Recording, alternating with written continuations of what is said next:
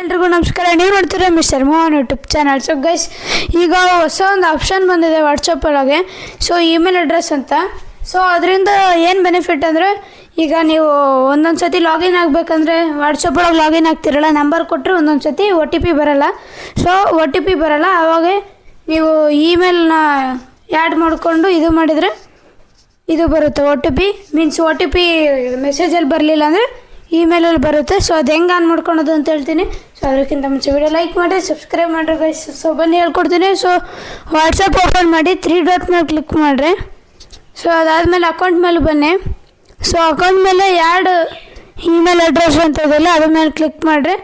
So ಅಲ್ಲಿ create ಅಂತ ಇದೆ, ಅಲ್ಲಿ ಕ್ಲಿಕ್ ಮಾಡಿರಿ. ಸೊ ನಿಮ್ಮ ಇಮೇಲ್ ಅಡ್ರೆಸ್ ಹಾಕಿ ನೆಕ್ಸ್ಟ್ ಅಂತ ಕ್ಲಿಕ್ ಮಾಡಿದ್ರೆ ಸೊ ನಿಮ್ಮ ಇಮೇಲ್ ಅಡ್ರೆಸ್ಸು ಇಮೇಲ್ ಅಡ್ರೆಸ್ ಎಲ್ಲ ಹೋಗುತ್ತೆ. ಮೀನ್ಸ್ ಅದರಿಂದ ಇನ್ನೊಂದು ಬೆನಿಫಿಟ್ ಇದೆ. ಈಗ ವಾಟ್ಸಪ್ಪು ಬ್ಯಾಕಪ್